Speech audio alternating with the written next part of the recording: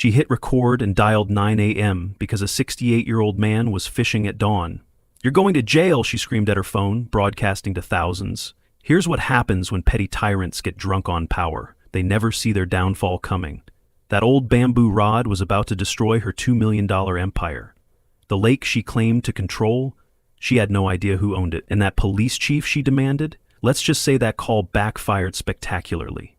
Drop a comment where you're watching from, because what happened next will change how you see every neighborhood bully with a clipboard. My name is Walter Thompson, and at 68 years old, I thought I'd seen it all during my 30 years working for the Department of Defense. But nothing, and I mean nothing, could have prepared me for what happened that morning at Silver Lake. I'd only moved to Willowbrook Estates 3 days earlier, still surrounded by cardboard boxes in my kitchen. Still adjusting to life without Margaret. She'd passed 5 years ago, but every morning I still reached for her photo in my wallet, remembering her words. "When we retire, I want us to live by a lake, where you can fish every sunrise and I can watch the ducks with our grandchildren." So here I was, making good on a promise to a woman who could no longer see me keep it.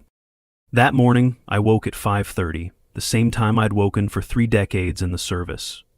Old habits die hard, especially ones that saved your life in Belgrade, Mogadishu, and a dozen other places I still can't talk about. I made my coffee in the half-unpacked kitchen, black with no sugar, just like Margaret used to tease me about. "You drink coffee like you're still planning an extraction," she'd say. Looking out the window, I saw Silver Lake, reflecting the dawn like a mirror, not a ripple disturbing its surface. The sight pulled at something deep in my chest, a mixture of grief and peace that only widows and widowers understand. I decided right then to go fishing, grabbing the bamboo rod my grandfather had left me, the only family heirloom that survived our countless military moves. The morning air felt like silk against my skin as I walked across the dew-covered grass.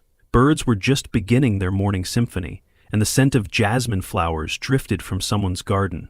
I found a spot on the bank where a small wooden bench sat, probably placed there by some other soul seeking solitude. Setting down my tackle box, I prepared my line with the patience of a man who had nowhere else to be and no one waiting for him. The first cast sent ripples across the perfect mirror of the lake, and I settled in, feeling more at peace than I had in years. For 30 minutes, it was just me, the water, and Margaret's memory. At 6:15, that peace shattered like a dropped wine glass. The sharp click-click-click of high heels on pavement cut through the morning silence like a chainsaw through butter. I turned to see a woman in a full business suit. At 6 in the morning, no less. Her hair pulled back so tight it looked painful. Designer sunglasses perched on her head despite the early hour. She held her phone up high and I could see the recording light was on. "Good morning, HOA family," she announced to her screen. "I'm here at Silver Lake, and I've just caught someone in the act of violating our community standards. This elderly man is stealing from our ecosystem." My trained eye caught details civilians would miss. The slight tremor in her hand, the way she kept glancing around for witnesses, the practiced way she held the phone. This wasn't her first confrontation. "Can I help you?" I asked, keeping my voice level despite the intrusion, using the same tone that once talked down a bomber in Cairo. She marched closer, her heels sinking slightly into the grass with each step. "What are you doing here?" she demanded, moving her phone to capture both of us in the frame. "Fishing," I replied simply. "And you are?" Her face flushed red beneath her heavy makeup. "I'm Barbara Mitchell, president of the Willowbrook Estates Homeowners Association, and you, sir, are trespassing on HOA property." I couldn't help but notice how she emphasized her title, how her chest puffed out with self-importance. In my experience, people who need to announce their power rarely deserve it. Barbara's voice rose an octave, playing to her online audience. "Did you read the HOA bylaws? All 147 pages? Fishing is strictly prohibited in Silver Lake. This is ecological vandalism." Just then, as if the universe wanted to make a point, I felt a tug on my line. I calmly began reeling in what felt like a decent-sized bass, all while Barbara shrieked into her phone. "He's stealing from our ecosystem. This is a crime. I'm calling 911 right now." Her viewers must have been having a field day because I could see comments flooding her screen faster than she could read them. My peripheral vision, honed by years of threat assessment, caught movement in windows, neighbors watching the show. I lifted the 2-pound bass from the water, admired it for a moment, then gently removed the hook and released it back into the lake. "Catch and release, Ms. Mitchell. The fish is fine." But Barbara was already dialing, her voice reaching hysteria levels that would have triggered security protocols at any embassy. Police? Yes, this is Barbara Mitchell, HOA president at Willowbrook Estates. I have a trespasser here who's illegally harvesting fish from our lake. He's threatening me with a fishing rod. Please send someone immediately. I shook my head and began packing up my gear, moving with the deliberate calm that had served me well in much more dangerous situations than this. Something felt off, though. My instincts, the ones that kept me alive through 3 decades of international incidents, were screaming that this was bigger than just an HOA dispute. The sound of sirens reached us within 3 minutes, which seemed excessive for a fishing complaint. Barbara preened for her camera, adjusting her hair and checking her lipstick. Justice is about to be served, everyone. Keep watching. You're about to see what happens to rule breakers in my community. The police cruiser pulled up to the lake access road, and I heard the engine shut off. The door opened and boots hit the pavement. Barbara practically vibrated with anticipation. "Officer, this man right here, he's been—" The words died in her throat as the officer came into view. My heart skipped a beat, not from fear, but from recognition. I knew that walk, that bearing, even before I saw the face. "Dad?" Christopher's voice cut through the morning air like a blade. "What are you doing here?" My son stepped into full view, his chief of police uniform crisp in the morning light, his expression a mixture of surprise, concern, and something else. Was it pride? Barbara's phone slipped from her suddenly nerveless fingers, clattering on the pavement but still recording. The live stream was capturing every second of her shock. Her mouth opened and closed like the bass I'd just released, no sound coming out. In the windows, I saw neighbors stepping outside, drawn by the drama. This was about to get very interesting, and my old instincts told me Barbara Mitchell had just made a tactical error of epic proportions. The silence stretched for what felt like hours, but was probably only 10 seconds. Christopher walked toward me, Deputy Ramirez trailing behind him with an expression that suggested he was trying very hard not to laugh. Barbara finally found her voice, though it came out as more of a squeak. This is your father?" Christopher embraced me briefly, professional despite the circumstances. "Dad, why didn't you tell me you'd already moved in? I could have helped with the boxes." I shrugged, feeling oddly guilty. "You've been busy, son. I figured I'd call you this weekend, have you over for dinner, once I found the pots and pans." The truth was more complicated. We'd barely spoken since Margaret's funeral, both of us drowning in grief in our own ways. Barbara scrambled to regain control of the situation, snatching up her phone from the ground. The screen was cracked but still recording. "Chief Thompson, regardless of your relationship, this man was fishing illegally on HOA property. I demand you enforce the law." Christopher turned to her with the professionally neutral expression I'd seen him perfect over the years. "Miss Mitchell, can you show me the specific bylaw that prohibits fishing and the documentation proving the HOA owns this lake?" Barbara's face went through several shades of red. "Of course I can. It's in the office. I'll email it to you. But everyone knows the HOA manages all common areas." She was lying. In 30 years of reading people, I'd learned the tells, and Barbara Mitchell was showing all of them. That's when Robert Bradley decided to make his entrance, walking his golden retriever along the path. At 70, Robert moved with the confidence of a man who'd spent 40 years as a real estate attorney and knew exactly how the world worked. "Morning, Walter. Glad to see you're settling in. Christopher, good to see you, son. How's the family?" He paused, taking in the scene with obvious amusement. Barbara causing trouble again? Barbara whirled on him. "This doesn't concern you, Robert." But Robert just smiled, the kind of smile that made opposing lawyers nervous in courtrooms. I recognized a fellow strategist when I saw one. "Actually, Barbara, it does concern me. You see, I've lived here for 15 years, and I've always wondered about the ownership status of Silver Lake. Funny thing about property law, it requires actual documentation, not just assumptions." He turned to me with that same knowing smile. "Walter, has anyone explained the history of this lake to you?" I shook my head, genuinely curious now. Robert's smile widened. "Silver Lake has been privately owned since 1987. It's never been HOA property." Barbara sputtered like a broken engine. "That's ridiculous. I have documents." My instincts sharpened. She was too defensive, too quick to claim proof she couldn't produce. "Forged documents don't count, Barbara," Robert said mildly. "I did some research a few years back when you tried to ban my grandchildren from feeding the ducks. The lake is owned by a company called Evergreen Holdings." He paused for dramatic effect, clearly enjoying himself. and the CEO of Evergreen Holdings was Margaret Thompson. I felt the blood drain from my face. Margaret? My wife? The tackle box slipped from my suddenly numb fingers. Robert nodded sympathetically. She bought the land 30 years ago when this was all undeveloped. Smart woman, your Margaret. She developed the residential areas but kept the lake as private property. When she passed, ownership would have transferred to you, though I'm guessing the lawyers haven't completed the paperwork yet. Barbara's phone was shaking in her hand. Whether from rage or fear, I couldn't tell. This is impossible. I've managed this community for 15 years. I have records, meeting minutes, budget allocations. She spun toward Christopher, desperation creeping into her voice. This is a conspiracy. They're trying to undermine my authority. Christopher remained calm, though I could see the wheels turning behind his eyes. Mr. Mitchell, I think we need to review all the HOA's legal documents. Can you provide them? Barbara backed away slowly. I'll need time to gather everything. It's extensive. Very extensive. Translation, she needed time to forge better documents. Deputy Ramirez, who had been quietly checking his tablet, looked up with interest. Chief, Miss Mitchell has called 911 47 times this year. 17 for suspicious walking, 12 for aggressive gardening, and 18 for potential fishing activities. Christopher's expression hardened slightly. Miss Mitchell, you do understand that misuse of emergency services is a federal crime. Barbara's bravado crumbled like a sandcastle at high tide. I was protecting the community. That's my job. But something in her eyes had changed. The predator had realized she might be prey. That's when Dorothy Williams emerged from her house next door. At 78, Dorothy moved slowly but deliberately, carrying a small box that she clutched like a life preserver. Barbara, I've held my tongue for 3 years, but enough is enough. Barbara's face went white. Dorothy, you don't understand.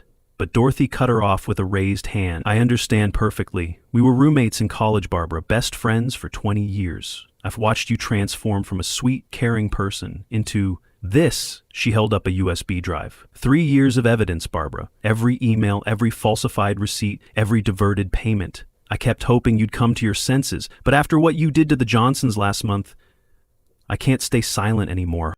Barbara made a grab for the USB drive, but Dorothy pulled it back. The Johnsons lost their home because of your illegal fees, Barbara.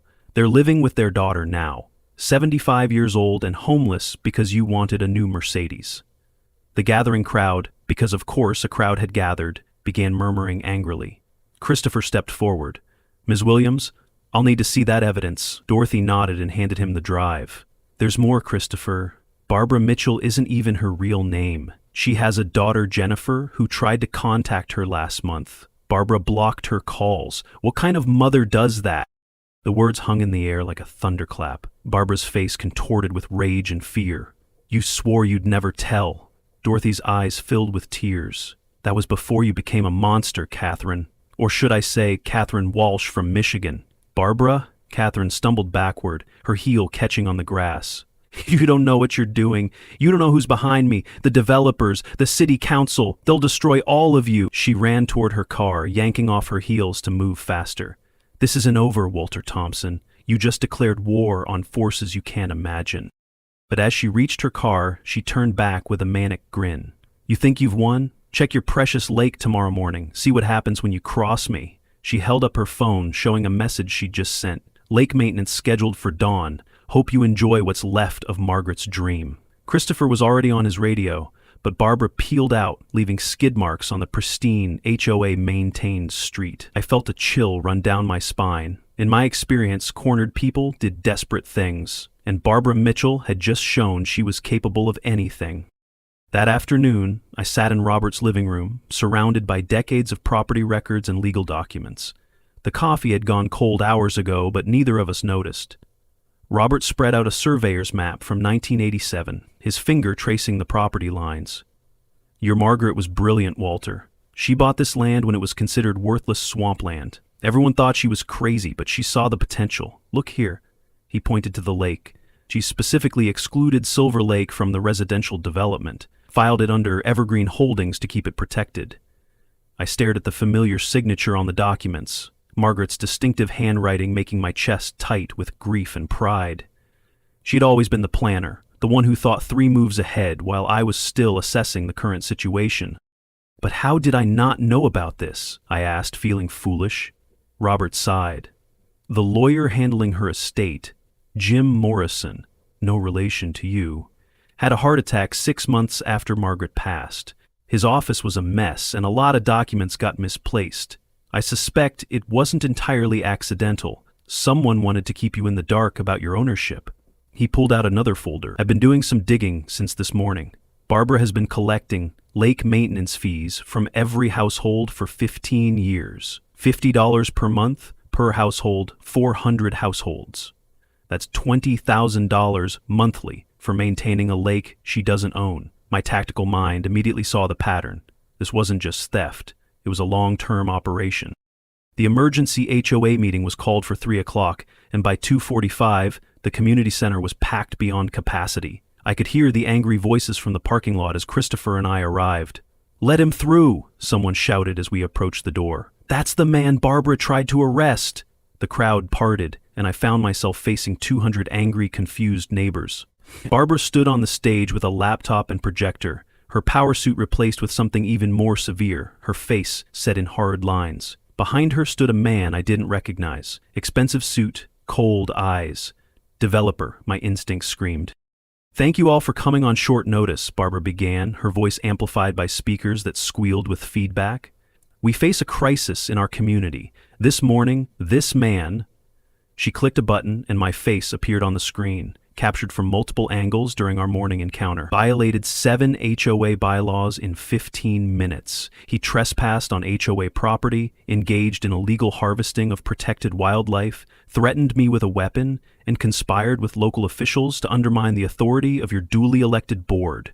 The crowd murmured, some nodding along, others looking skeptical. The man in the expensive suit whispered something in Barbara's ear, and her smile grew sharper.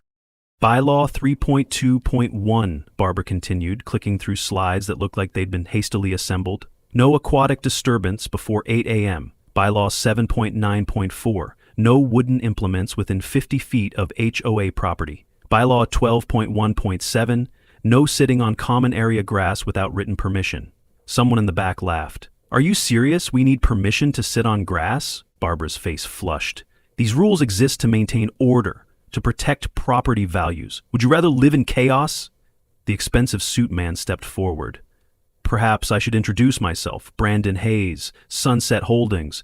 We have plans to improve this community, but they require cooperation." I stood up slowly, feeling every eye in the room turn to me. My old training kicked in. Assess, analyze, act. "May I speak?" Barbara gripped the microphone. "You have no standing here. You're not a member in good standing." I reached into my jacket and pulled out the folder Robert had given me. "Actually, Miss Mitchell, I'd like to discuss my standing, specifically my standing as the legal owner of Silver Lake." The room erupted. Barbara's voice screeched through the speakers. "Security, remove this man!" But the 2 elderly volunteer security guards just shrugged. They lived here too and had their own grievances with Barbara. I made my way to the front, Christopher and Robert flanking me. 30 years ago, my wife Margaret bought the land that became Willowbrook Estates. She developed the homes you all live in, but she kept Silver Lake as private property. She wanted to preserve it for future generations. I opened the folder and held up the original deed. "This is the legal documentation notarized and filed with the county. Silver Lake has never belonged to the HOA, which means every lake maintenance fee you've paid for 15 years has been collected under false pretenses." Hayes stepped closer to Barbara, his expression darkening. This wasn't part of their plan. The crowd's murmur turned into a roar. "Where's our money?" someone shouted. "I've paid thousands," another voice added. "My mother went without medication to pay those fees," an elderly man cried out. Barbara was backing toward the exit, but Hayes grabbed her arm. "Fix this," he hissed, loud enough for those nearby to hear. "These documents are fake, photoshopped. I'll have my lawyers." But Dorothy was already at the laptop, having somehow accessed Barbara's presentation. "Speaking of lawyers, Barbara, let's look at some real documents." The screen changed to show bank statements. $2.3 million. That's how much has been diverted from HOA accounts in the past 10 years. Dorothy clicked through transaction after transaction. $50,000 at Nordstrom, $30,000 at Tiffany, $100,000 in Las Vegas. All paid with the HOA corporate card. All justified as community improvement expenses. She looked directly at Barbara. "Remember when you told me those shopping trips were for networking with other HOA leaders?" I kept all the receipts you asked me to destroy. The crowd was on its feet now, pressing forward. Someone was crying. An elderly woman. You said if I didn't pay the special assessment, you'd put a lien on my house. I borrowed from my grandchildren's college funds. Christopher stepped forward, his police chief authority cutting through the chaos. Everyone, please remain calm. We're investigating. His phone rang, and his face went pale as he listened. He looked at Barbara. Ms. Mitchell, or should I say Ms. Walsh, you're wanted in Michigan for embezzling $500,000 from a veterans charity. The room went dead silent. Even Hayes stepped back from Barbara, recognizing a sinking ship. Barbara laughed, high and unhinged. So what? I made this place perfect. Before me, you were nothing, just a bunch of people living in chaos. I gave you order. I gave you standards. She grabbed the microphone from its stand. You want to know the truth? Fine. Yes, I took your money. Yes, I have partners, developers who are going to make billions from this land. And yes, my name is Catherine Walsh, and I'm proud of everything I've done. You sheep needed someone like me to lead you.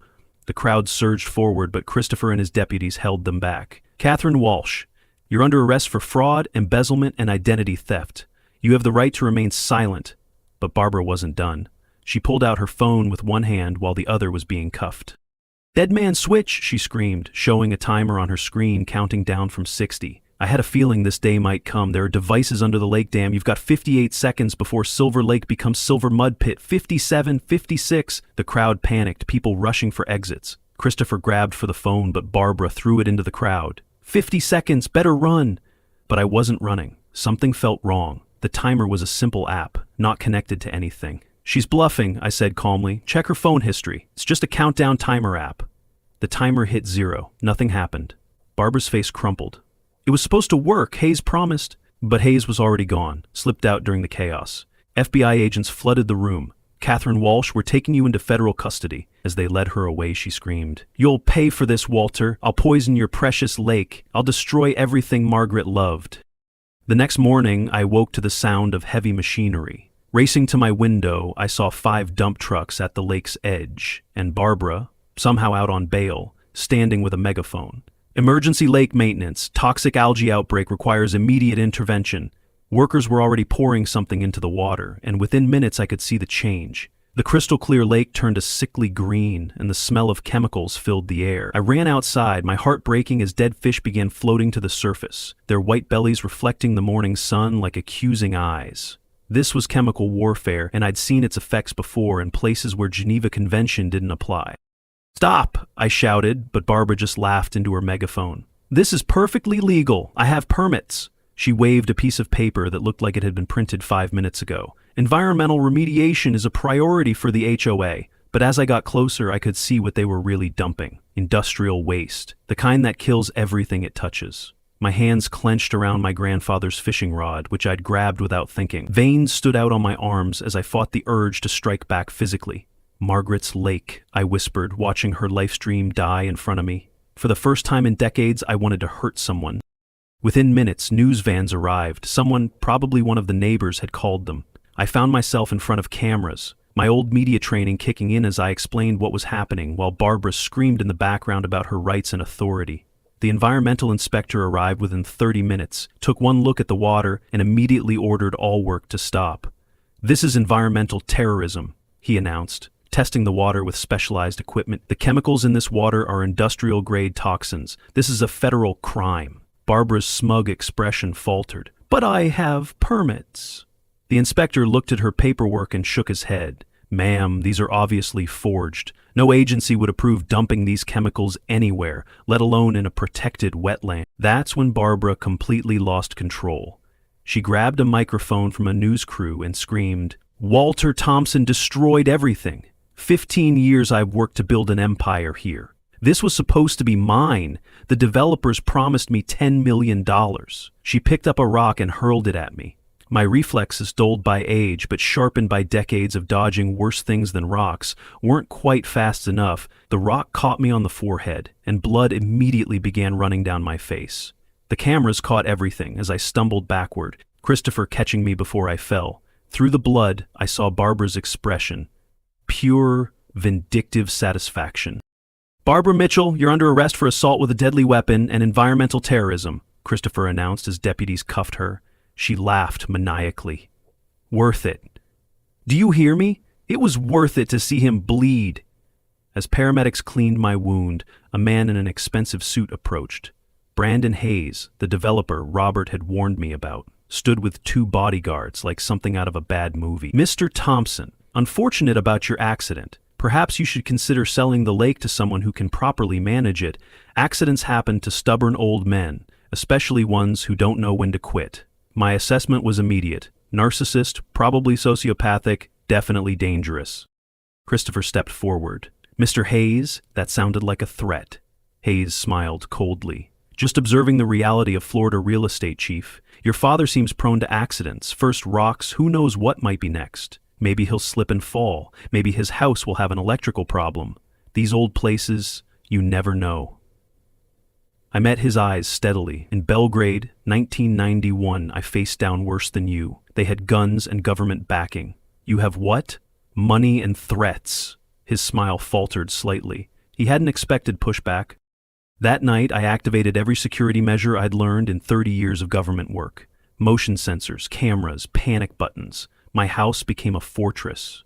But I also set traps, psychological ones. When the 3 masked men arrived at midnight with gas cans, they found signs. Smile, you're on FBI camera. This house protected by Smith & Wesson. Survivors will be prosecuted. Survivors will be prosecuted again. They hesitated, confused. That's when the sprinklers activated. Not water, but bright blue dye, the kind banks use in money bags.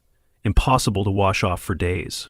From my safe room, I watched them panic on camera and made a single call. Strike team is go, I said into my phone using protocols from another life. Within minutes, FBI SWAT surrounded them.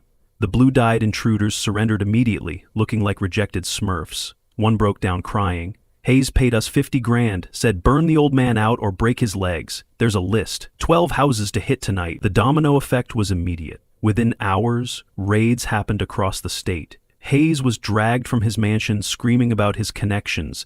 Do you know who I am? I own judges. I own cops. I own... The agent arresting him finished the sentence. Nothing. You own nothing now. The FBI raids made national news.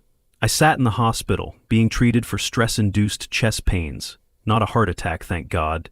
While watching the coverage. Major corruption ring busted in Florida. HOA scandal scrolled across the screen as footage showed agents leading away person after person in handcuffs. Christopher sat beside my bed, still in uniform after a sleepless night coordinating with federal agents. Dad, you need to rest. Doctor's orders.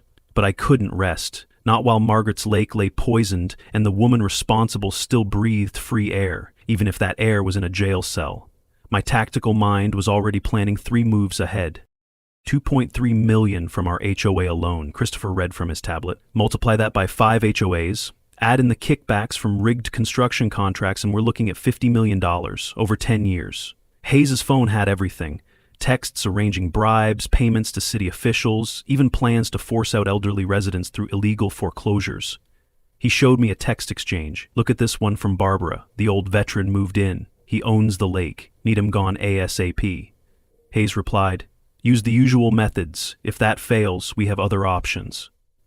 My chest tightened again, but not from any heart condition. This was pure rage, the kind I'd learned to channel into action decades ago.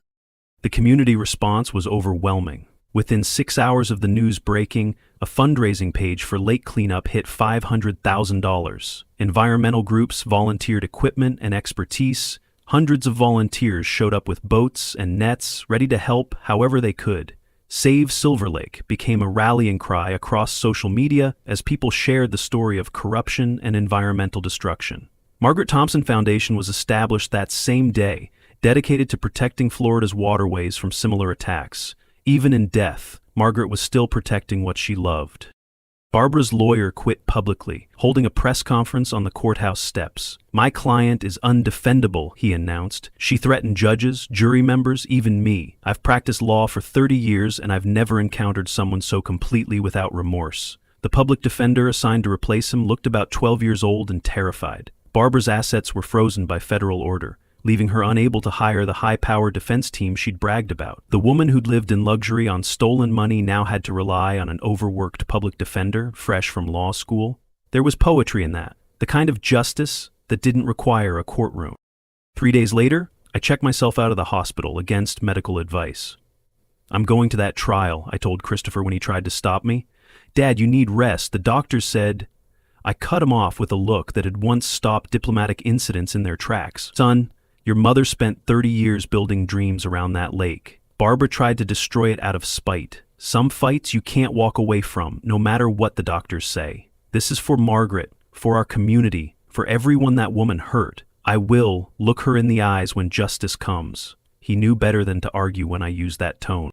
The evidence against Barbara was mountainous. 10,000 documents had been seized from her home and office. 50 hours of secret recordings Dorothy had made over 3 years painted a picture of a woman consumed by greed and power. In one recording, Barbara's voice was clear. "These idiots pay their fees like clockwork. Sheep following a shepherd who's leading them to slaughter. Every special assessment, every fine, every late fee, it all goes to making me rich. They deserve to be fleeced for being so stupid." Another recording had her laughing about an elderly couple she'd forced from their home. "They cried when they left. 60 years in that house, and I took it for a $300 unpaid fine." Even the FBI agents looked disgusted. The environmental damage to Silver Lake was severe, but not irreversible. Marine biologists worked around the clock, introducing beneficial bacteria and filtering systems. The dead fish were removed and cataloged, over 3,000 in total, including several endangered species. Each dead fish became another charge against Barbara. Environmental terrorism carried a 25-year sentence alone, and she'd killed protected species. Add in the assault, fraud, embezzlement, and identity theft, and Barbara was looking at potentially 200 years in prison. No amount of good behavior would see her free again. But the investigation revealed something even darker. Barbara and Hayes hadn't just stolen money, they'd destroyed lives. The Johnsons, the elderly couple Dorothy had mentioned, had both died within 6 months of losing their home. Stress-induced heart attacks, the medical examiner said. 3 other elderly residents had died shortly after, being forced from their homes. While not legally murder, the moral weight of those deaths hung over the case. Barbara had killed through greed as surely as if she'd used a weapon.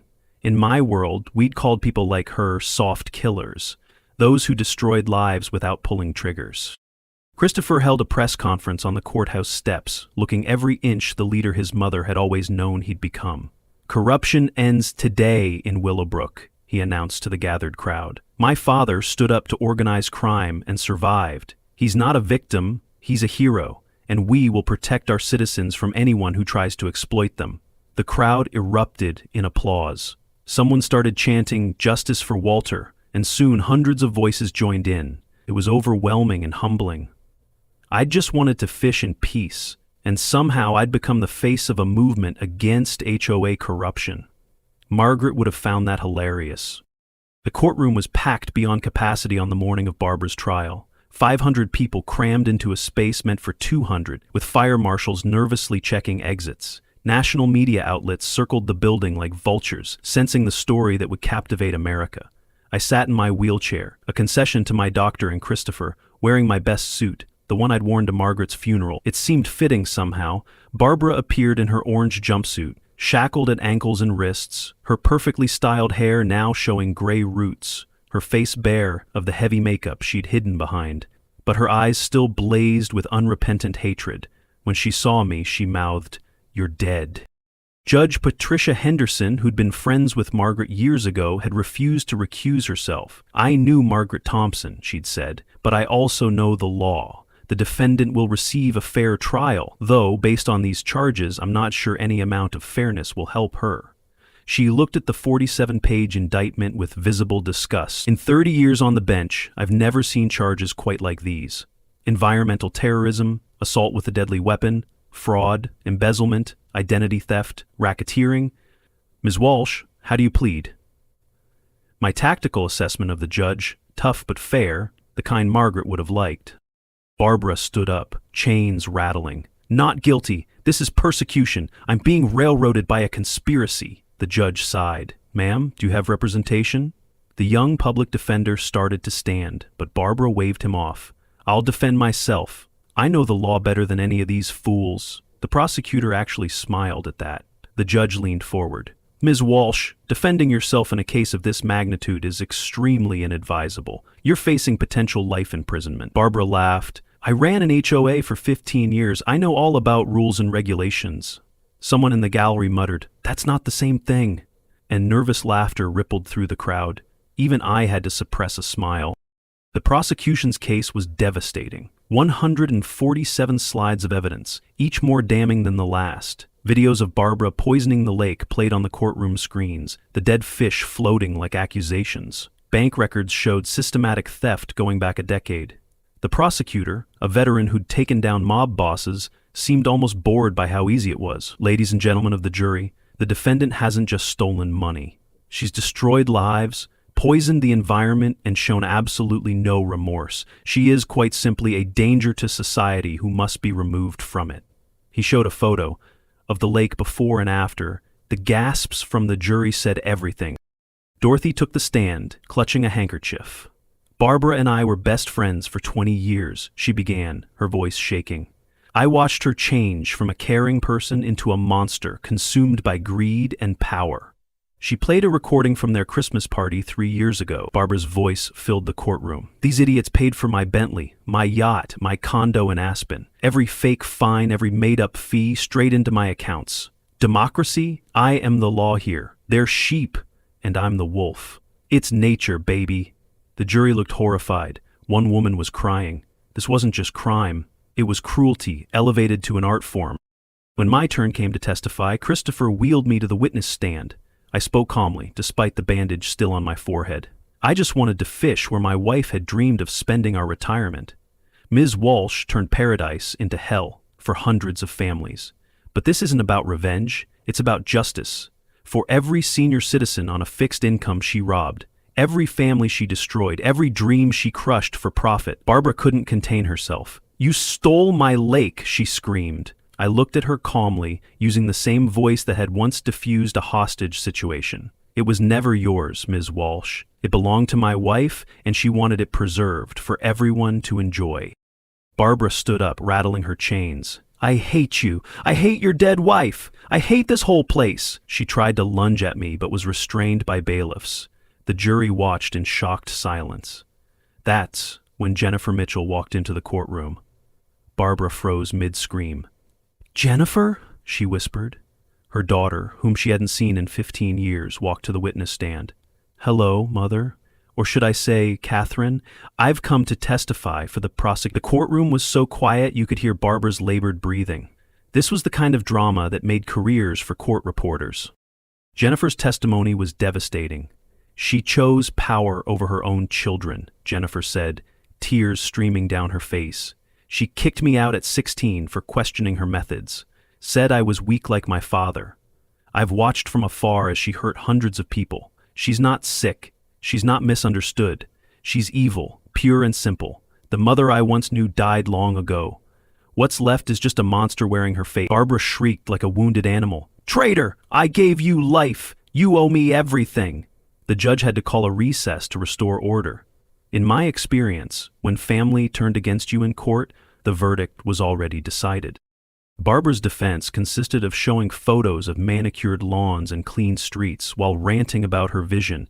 I created paradise, she shrieked. These ungrateful people lived in beauty because of me. Every rule, every fine, it was all for their benefit. They should be thanking me. They should be building statues to me. She turned to the jury with wild eyes. Don't you see? I'm a visionary. I took chaos and created order. I am a god. The jury forewoman actually laughed out loud, then covered her mouth in embarrassment. The judge didn't even bother to admonish her. When defendants compared themselves to deities, insanity defenses usually followed, but Barbara was too narcissistic for that escape route. The jury deliberated for exactly 37 minutes. When they returned, the forewoman stood with confidence. On all 137 counts, we find the defendant guilty. The courtroom erupted in cheers and applause. The judge banged her gavel repeatedly. Order! I will have order! She turned to Barbara, who had gone pale beneath her gray roots. Catherine Walsh, you are hereby sentenced to 35 years in federal prison without the possibility of parole. You will pay $5 million in restitution to your victims. and you are permanently banned from serving on any homeowners association in the United States of America. It was the HOA ban that seemed to break Barbara completely. Barbara's final meltdown was spectacular. "I'll kill you all," she screamed, lunging toward me. "Especially you, Walter, and your dead wife. I'll dig her up and—" The bailiffs tackled her before she could finish the threat. As they dragged her out, she continued screaming obscenities and threats that would add years to her sentence. "My lake, my kingdom, you stole my life."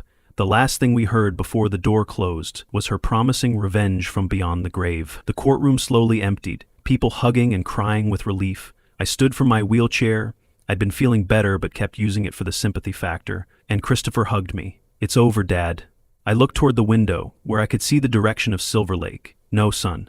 Now the healing begins. We have a lake to restore and a community to rebuild." But I kept one detail to myself. Barbara's threats didn't worry me. I'd faced down worse than her. What worried me was who might be waiting to take her place.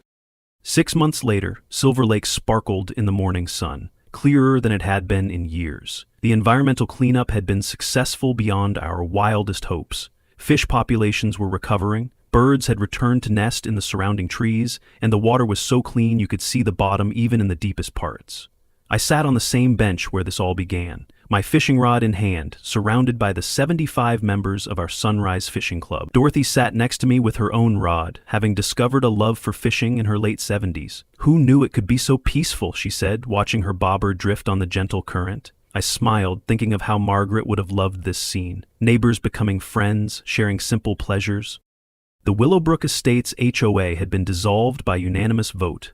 In its place, we'd established a democratic community board where every voice mattered and every decision required transparency. Robert Bradley served as our volunteer legal advisor, making sure we never again fell into the trap of concentrated power. The monthly potlucks by the lake had become legendary, with neighbors actually talking to each other instead of reporting each other for violations. It turned out that without Barbara's reign of terror, people actually liked their neighbors.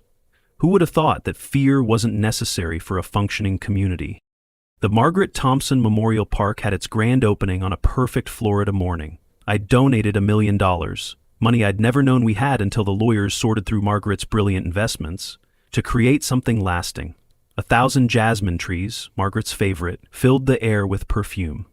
The monument at the center bore a simple inscription, "Where love conquers tyranny and nature heals all wounds." Christopher gave a speech about his mother that left not a single dry eye in the crowd of 1,000 who'd come to celebrate. He spoke of her vision, her kindness, and her belief that communities thrived on trust, not control.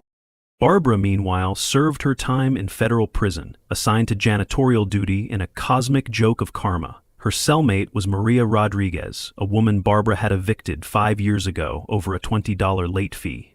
"Remember me?" Maria had said on Barbara's first night. "You took my house. Now I get to watch you clean toilets for the next 35 years. Barbara had tried to establish a cell block HOA in her first week, attempting to create rules about shower times and meal lines. The other inmates had laughed her out of the common room. She ate alone, cleaned alone, and existed alone, finally experiencing the isolation she'd inflicted on others. There was justice in that loneliness. One morning, Jennifer Mitchell approached me at the lake. "Mr. Thompson, I wanted to thank you for standing up to my mother and to apologize for all the pain she caused." She looked so much like Barbara, but with kind eyes instead of calculating ones. "You're not responsible for her choices," I told her gently, "but you can choose differently." I offered her my spare fishing rod. "Have you ever been fishing?" She shook her head, tears already forming. She said fishing was for lazy people who didn't value productivity. I spent the next hour teaching her the basics: how to bait a hook, how to cast, how to wait patiently for life to come to you instead of always trying to control it. Like teaching someone how to breathe again. When Jennifer caught her first fish, a small bass no bigger than her hand, she broke down completely. "I've never felt this peaceful," she sobbed. "Is this what normal families do? Just sit together and enjoy nature?" I helped her release the fish back into the water, watching it swim away healthy and free. "This is what healing looks like," I said. "Your mother never learned that controlling everything means enjoying nothing. Don't make her mistake." Jennifer became a regular at our fishing club, slowly learning to relax, to laugh, to be part of a community instead of ruling over it. The sins of the mother didn't have to become the destiny of the daughter. The transformation of Willowbrook became a case study for other communities trapped under tyrannical HOAs. Property values increased by 40% once people realized they could actually enjoy their homes without fear of arbitrary fines. Crime dropped to near zero. It turned out that neighbors who talk to each other also look out for each other. We hosted seminars on democratic governance, teaching other communities how to avoid the trap of concentrated power. The Willowbrook miracle, they called it in the media, though it wasn't really a miracle. It was just what happened when good people stood up to evil and said enough. Sometimes the simplest solutions were the most revolutionary. The wider corruption network fell like dominoes across multiple states. 27 people were eventually convicted, with sentences totaling over 300 years. $200 million in assets were recovered and distributed to victims across 5 states. Brandon Hayes got 20 years and sang like a canary, exposing corruption that reached all the way to state government. The Florida HOA Reform Act, informally known as Frank's Law, passed the state Senate, 79-21, making it a crime to use HOA positions for personal gain and requiring complete transparency in all HOA financial dealings. Margaret would have been proud to see her lake spark such widespread change. Barbara watched it all from prison, growing grayer and angrier with each passing day. She wrote appeals that were denied, filed lawsuits that were dismissed, and slowly realized that her kingdom was gone forever. The woman who'd once worn designer suits now wore faded prison gray. The woman who'd eaten at 5-star restaurants now subsisted on cafeteria food. The woman who'd ruled through fear now lived in fear, knowing that every inmate knew her story and despised her for it. It was poetic justice of the highest order. I received letters from other inmates describing how she still tried to control things. The TV remote, the lunch line, even the library books. Old habits died hard, even behind bars. On the 1-year anniversary of our first confrontation, the community gathered at Silver Lake for a celebration. 500 people came to fish, picnic, and remember how far we'd come. I stood to speak, looking out at faces that had gone from suspicious strangers to genuine friends. A year ago, I just wanted to fish in peace. What I found instead was a community held hostage by greed and corruption. But we learned something important. Evil thrives when good people do nothing. Margaret always believed that kindness could change the world. She was right, but sometimes kindness needs to be backed up with courage. Sometimes protecting paradise means fighting those who would destroy it. I raised my fishing rod in a toast.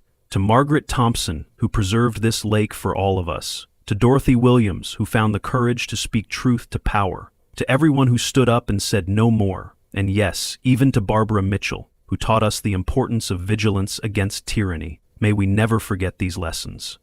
As the sun set over Silver Lake, painting the water in shades of gold and crimson, 500 voices joined in celebration. Children fed ducks where Barbara had once banned them. Elderly couples walked hand in hand where she'd once required permits. Teenagers fished where she'd called it illegal. This was what victory looked like. Not just the absence of tyranny, but the presence of joy. And somewhere in a federal prison, a gray-hailed woman sat alone, finally understanding that power taken by force was no power at all. The lake she'd tried to destroy would outlive her by centuries, a testament to the truth that love always conquers hate in the end. If this story made you feel better about your own life choices, our job is done. Give it a like and check out the next BD Stories twist.